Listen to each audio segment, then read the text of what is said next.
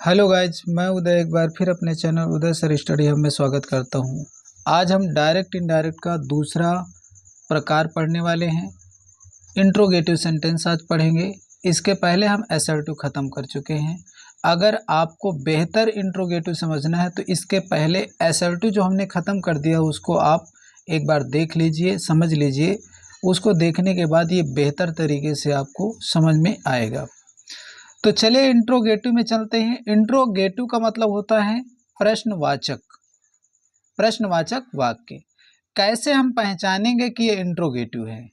इसकी पहचान है जब रिपोर्टेड स्पीच की शुरुआत, मैंने बताया था डायरेक्ट स्पीच में दो भाग होते हैं, रिपोर्टिंग वर्ब और रिपोर्टेड स्पीच। तो यहाँ पर रिपोर्टेड स्पीच की बात हो रही है। जब रिपोर्टेड स्पीच की शुरुआत किसी सहायक क्रिया से, सहायक क्रिया को हम हेल्पिंग वर्ब कहते हैं, तो रिपोर्टेड स्पीच की शुरुआत सहायक क्रिया से हो या किसी प्रश्नवाचक शब्द से हो तो वह इंट्रोगेटिव सेंटेंस कहलाता है। अगर रिपोर्टेड स्पीच की शुरुआत किसी सहायक क्रिया यानी हेल्पिंग वर्ब से या किसी प्रश्नवाचक शब्द से हो, क्वेश्चन वर्ड से, तो वह इंट्रोगेटिव सेंटेंस कहलाता है। ये आपको समझ में आ गया होगा। देखिए सेंटेंस के माध्यम से समझते हैं। यहां लिखा है Ram said to me, comma inverted comma के अंदर have you done this work. अब देखिए यहां कामा लगा है, यहां इन्वर्टेड कामा लगा है, तो जो कामा इन्वर्टेड कामा के बाहर है, ये बाहर है, इसे रिपोर्टिंग वर्ब कहेंगे, और ये कामा इन्वर्टेड कामा के अंदर है, इसे रिपोर्टेड स्पीच कहेंगे।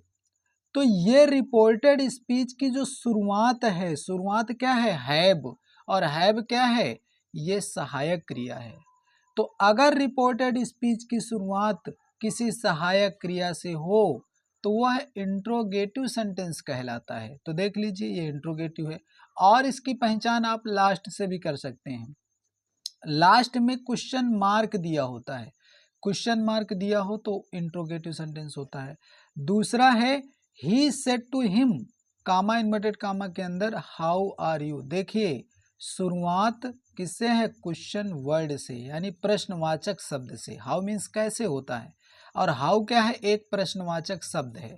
हाउ है, व्हेन है, वेयर है, व्हाट है, ये सभी प्रश्नवाचक शब्द होते हैं। तो अगर शुरुआत किसी प्रश्नवाचक शब्द से है या किसी हेल्पिंग वर्ब यानी सहायक क्रिया से है तो वह इंट्रोगेटिव सेंटेंस कहलाता है। आपको बात समझ में आ गई होगी। इंट्रोगेटिव की पहचान अब आप अच्छे से समझ चुके होंगे। शुरुआत अगर किसी सहायक क्रिया से हो या किसी प्रश्नवाचक शब्द से हो तो वह इंट्रोगेटिव सेंटेंस कहलाता है।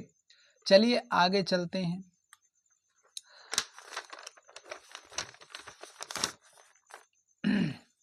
देख लीजिए, हम जब इंट्रोगेटिव सेंटेंस होगा, अभी मैंने बताया इंट्रोगेटिव की पहचान कैसे है, सहायक क्रिया या प्रश्नवाचक शब्द दिया हो रिपोर्टेड स्पीच की शुरुआत में तो वो इंट्रोगेटिव होता है। अब इंट्रोगेटिव को पहचान तो गए, हम उसको बनाएंगे कैसे? तो देखिए बदलाव क्या होता है, चेंजिंग माने बदलना क्या होता है। सेड को हम आस्क्ड में बदल देते हैं। सेड को काहे में बदलते हैं? आस्क्ड में। कब बदलेंगे? जब सेंटेंस इंट्रोगेटिव होगा। जब सेंटेंस इंट्रोगेटिव होगा तब हमें सेड को आस्क्ड में बदलना होता है। और एक बात बता दें, आस्क्ड के साथ साथ आप याद रखिएगा सेड को आप इंक्वायर्ड में भी बदल सकते हैं। सेड को इंक्वायर्ड में, इंक्वायर में, इंट्रोगेटेड में बदल सकते हैं। इतने शब्दों में बदल सकते हैं, इंक्वायर्ड, इंक्वायर और इंट्रोगेटेड। ठीक है, इन शब्दों में बदल सकते हैं। तो सेड को आप सरल समझना चाहते हैं तो सेड को आस्क्ड में ही बदलिए।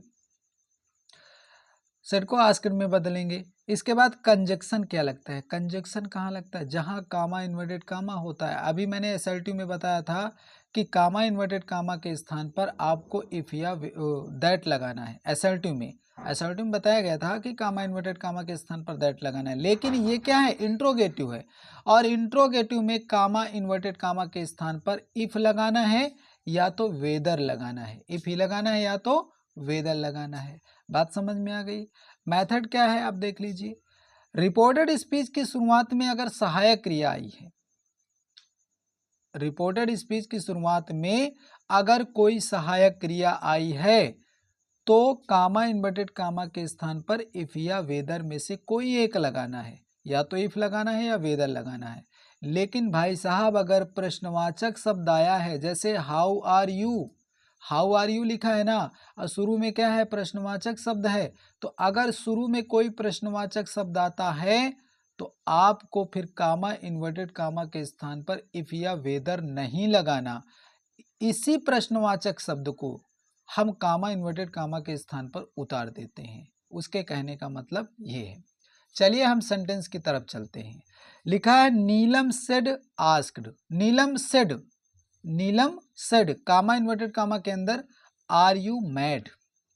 सबसे पहले देखिए सेंटेंस कौन सा है, रिपोर्टेड स्पीच की शुरुआत किससे है, आर से, और आर क्या है, सहायक क्रिया है। इसका मतलब ये प्रश्नवाचक शब्द है, ये प्रश्नवाचक वाक्य है।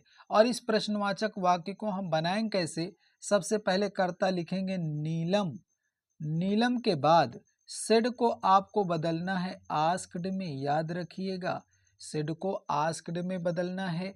कामा इन्वर्टेड कामा के स्थान पर इफ या वेदर लगाना है। कब इफ या वेदर लगेगा, जब शुरू में कोई सहायक क्रिया आएगी तब लगाना है।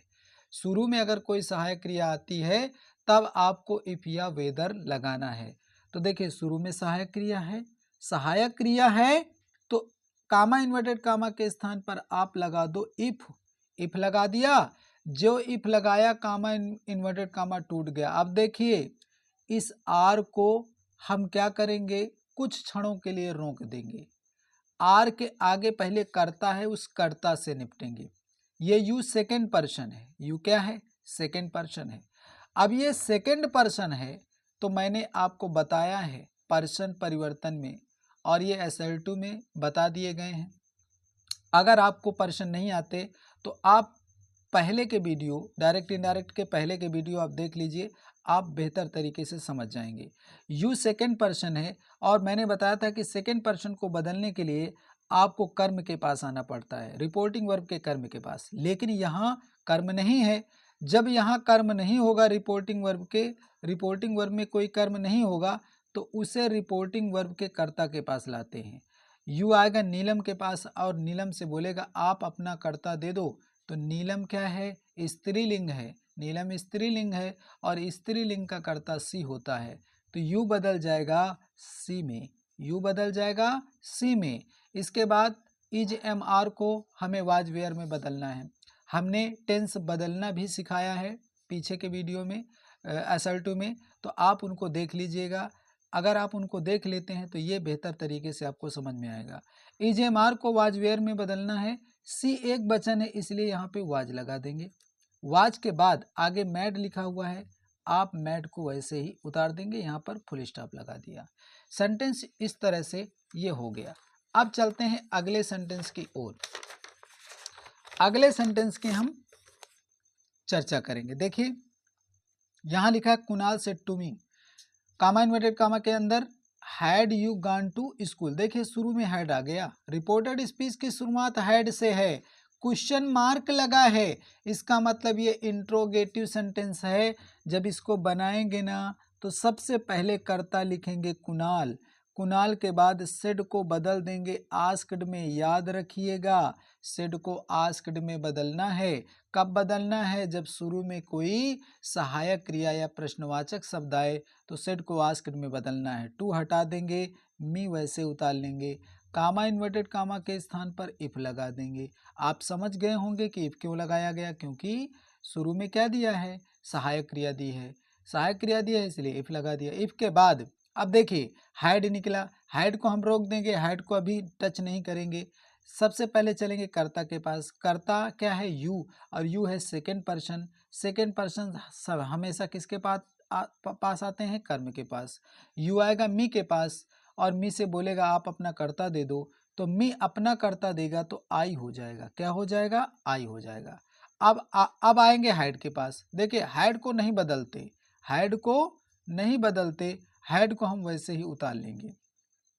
आगे क्या लिखा है, गान, गान को ऐसे उतारा, टू स्कूल वैसे ही उतार लिया। इस तरह से इन सेंटेंसों को आप बना सकते हैं। चलते हैं अगले सेंटेंस की ओर। लिखा है Kapil said to his mother can I go to market with my friend. देखिए शुरू में कैन आ गया, इसका मतलब ये इंट्रोगेटिव सेंटेंस है। सबसे पहले कर्ता लिखेंगे कपिल, सबसे पहले कपिल लिखेंगे, कपिल लिखा। सेड को आस्क्ड में बदल देंगे, सेड को आस्क्ड में बदल दिया। टू हटा देंगे और हिज मदर उतारेंगे, MOTHER, मदर लिख दिया। मदर के बाद अगर शुरू में सहायक क्रिया आए तो कामा इन्वर्टेड कामा के स्थान पर इफ लगाना है। इफ लगा दिया। इफ लगाने के बाद देखिए कैन को रोक देंगे, कैन को नहीं अभी लाएंगे, कैन को लाएंगे तो फिर इंट्रोगेटिव बन जाएगा, इसलिए कैन को रोको। पहले आई के पास चलो, कर्ता के पास। ये आई फर्स्ट पर्सन है, ये सीधा किसके पास आएगा? कपिल के पास। फर्स्ट पर्सन हमेशा कर्ता के पास आते हैं, तो कपिल के पास आएगा। कपिल क्या है? पुरुषलिंग है और पुल्लिंग है, पुल्लिंग का कर्ता ही होता है, तो आई बदल जाएगा ही में। और देखिए अब लाएंगे कैन को, तो कैन बदल जाएगा कुड में, कैन बदल जाएगा कुड में। Could go to market, market with my person है, फर्स्ट पर्सन है, ये भी जाएगा कपिल के पास और कपिल से कहेगा अपना संबंधी दे दो। क्यों? क्योंकि माई क्या है? एक संबंधी है और संबंधी कपिल से मांगेगा, तो कपिल का कर्ता ही होता है, ही का संबंधी हिज होता है और फ्रेंड वैसे ही उतार लेंगे, फुल स्टॉप। चलते हैं अगले सेंटेंस की ओर। लिखा है I said to my father, I said to my father what did you do. देख लीजिए शुरू में व्हाट आ गया। व्हाट क्या है? प्रश्नवाचक शब्द है, प्रश्नवाचक शब्द आ गया। अभी क्या आ रही थी? सहायक क्रिया, तो हमने सेड को आस्क्ड में बदला। अगर प्रश्नवाचक शब्द आता है तब भी सेड को आस्क्ड में ही बदलेंगे। आई सेड को आस्क्ड में बदल दिया, टू हटा देंगे और माई फादर वैसे ही उतार लेंगे, माई फादर वैसे उतार लिया। कामा इन्वर्टेड कामा के स्थान पर इफ या वेदन नहीं लगाएंगे, इसी प्रश्नवाचक शब्द को उतार देंगे। व्हाट को वैसे उतार देंगे, व्हाट को वैसे उतार देंगे। व्हाट उतार दिया, इसके बाद डिड को रोक देंगे। ये सहायक क्रिया अभी नहीं आएगी, नहीं फिर प्रश्नवाचक बन जाएगा। पहले आएंगे यू के पास, यू को, यू सेकेंड पर्सन है, सेकेंड पर्सन आएगा माई फादर के पास। माई फादर क्या है?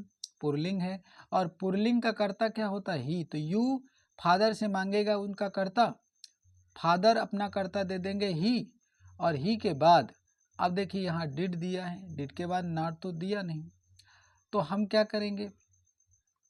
अगर सेकेंड फॉर्म प्लस डिड आता है तो हैड प्लस थर्ड फॉर्म में बदल देते हैं। तो यहाँ क्या लगा देंगे? हैड, और हैड के बाद इसको थर्ड फॉर्म में चेंज कर देंगे, डन, फुल स्टॉप, सेंटेंस हो गया।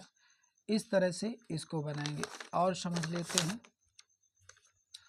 देख लीजिए अगला, my father said, my father said, my father said यहाँ पे लिखा हुआ है।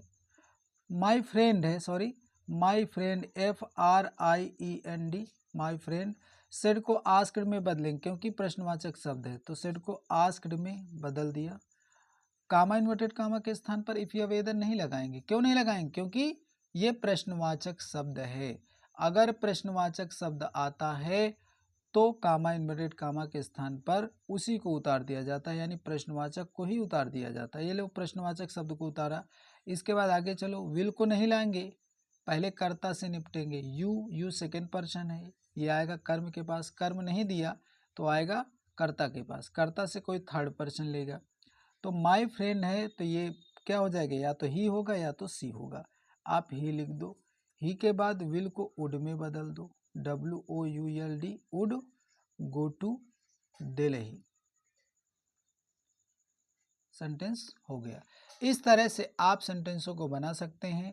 अब कल हम जो अगला वीडियो बनाएंगे उसको इसी के आगे चलेंगे, और आप लोग जो है वीडियो को लाइक, सब्सक्राइब और शेयर भी करिए ताकि मेरा मनोबल बना रहे।